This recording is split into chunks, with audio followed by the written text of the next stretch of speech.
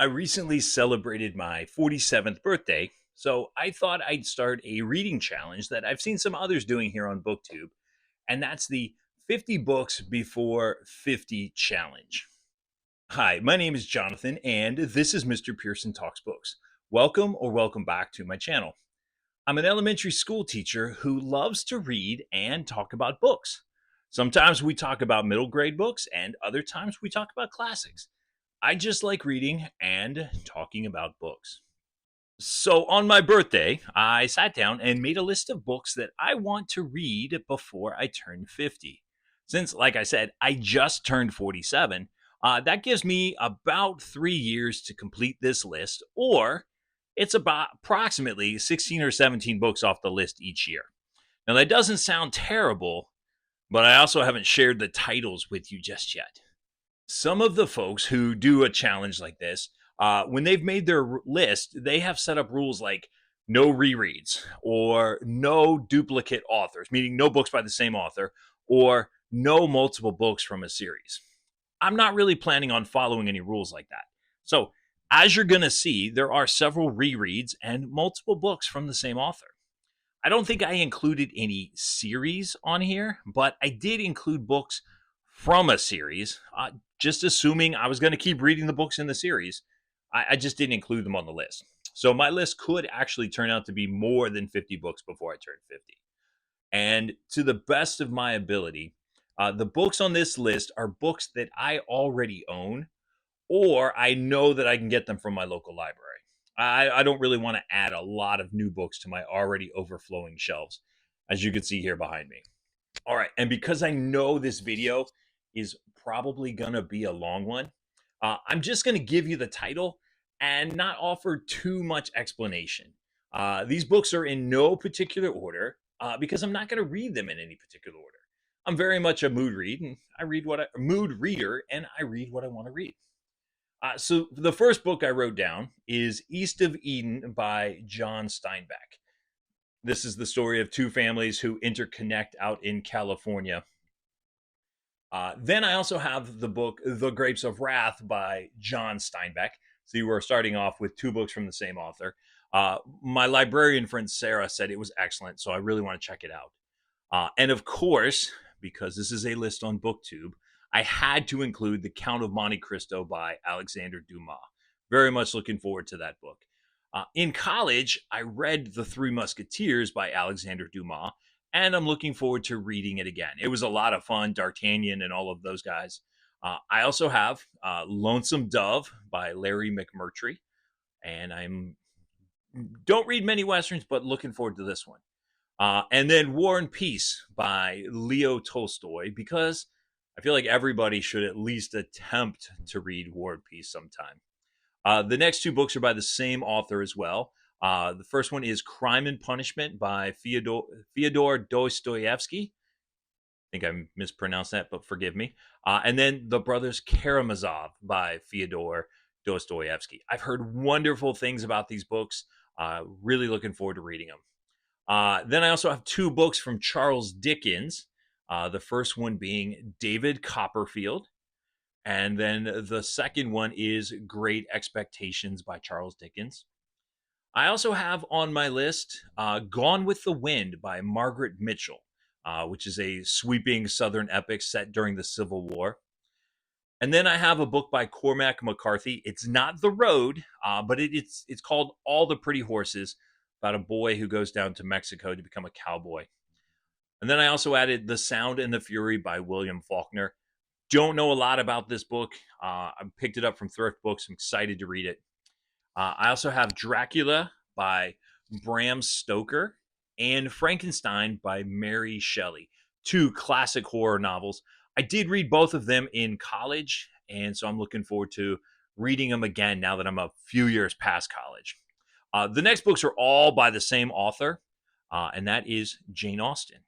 And I actually added almost all of her books here. So I have Northanger Abbey by Jane Austen, Persuasion by Jane Austen, Emma by Jane Austen, Sense and Sensibility by Jane Austen, Mansfield Park by Jane Austen, and of course, everyone's favorite Jane Austen novel, Pride and Prejudice, which I did read once before and didn't really get into it. But all of the Jane Austen novels that are on this list, I put them on there because Jane Austen is my wife's favorite author, and I want to be able to talk with her about the books. She'll mention them, and I don't know the characters. So I want to be able to engage in those conversations with her. Continuing on the list is Jane Eyre by Charlotte Bronte.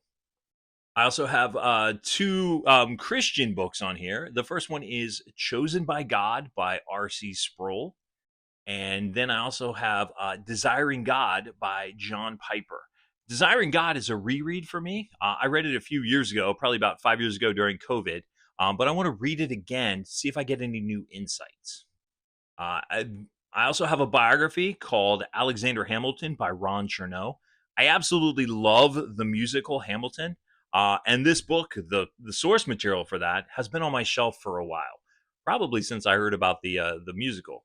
Another biography on there is John Adams by David McCullough. John Adams plays a role in Hamilton, so I want to find out more about him. And another book by David McCullough, it's 1776, about George Washington and King George during the year of independence.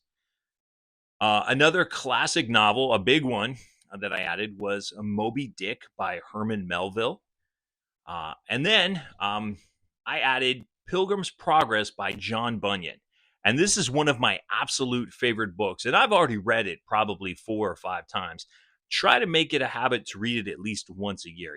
It's fantastic. I've also added the Odyssey by Homer. This is the epic poem about Odysseus trying to get back home after the war. Christopher Nolan is making a movie about it. So I want to know the source material before I read the book, or before I see the movie. That's what I meant to say. Next, I have a Star Wars novel, and this is Outbound Flight by Timothy Zahn. He's one of my favorite Star Wars writers. Don't know much about the story, but I'm looking forward to it. Another Star Wars novel I have on here is Vector Prime by R.A. Salvatore. And this is the first book in the 19-book series called The New Jedi Order. One of my neighbors gifted me the entire set, and I really need to get to reading them. I also added Shadows of the Empire by Steve Perry. And this is a story that was written to explain what happened between Empire Strikes Back and Return of the Jedi when Han Solo is frozen in carbonite. It's now considered a legend, and there's actually a news story about what happened during that time. But we can discuss all of that later. Boba Fett's definitely involved, by the way.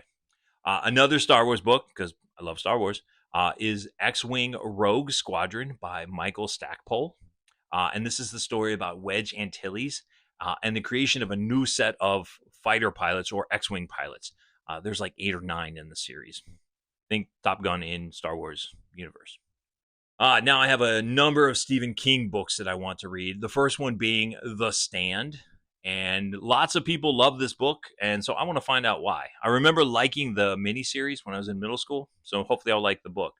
The Gunslinger by Stephen King, and this is the first book in the Dark Tower series. Apparently lots of his books are interconnected, so I'm going to start here. Salem's Lot by Stephen King. This was, I think, his second book, and it's about vampires in a small town. So we're gonna give it a try. And then I have Firestarter by Stephen King. This is a book I read in middle school, and it was the first one my dad recommended to me when I started showing an interest in Stephen King's books. The first one I read was Carrie, and had absolute nightmares for days. Another book that I have on my list, again, another reread, but it's been probably 20 years since I read it, was The Lords of Discipline by Pat Conroy. Pat Conroy writes beautifully, and this is a book that's set in a Southern military academy. Then, because I love The Lord of the Rings, I'm going to attempt to read the Silmarillion. Don't really know what it's about, and I heard it's challenging, so I'm looking forward to it. Now I have 2 books by the author Blake Crouch. The first one is Pines. Don't know a lot about it, but a YouTuber that I like named Ian Goobly loves it, and so I'm going to give it a try. And then there's a book called Dark Matter, also by Blake Crouch. Again, booktubers seem to love it, so let's give it a shot. Another really big classic that I wrote down was Les Miserables by Victor Hugo.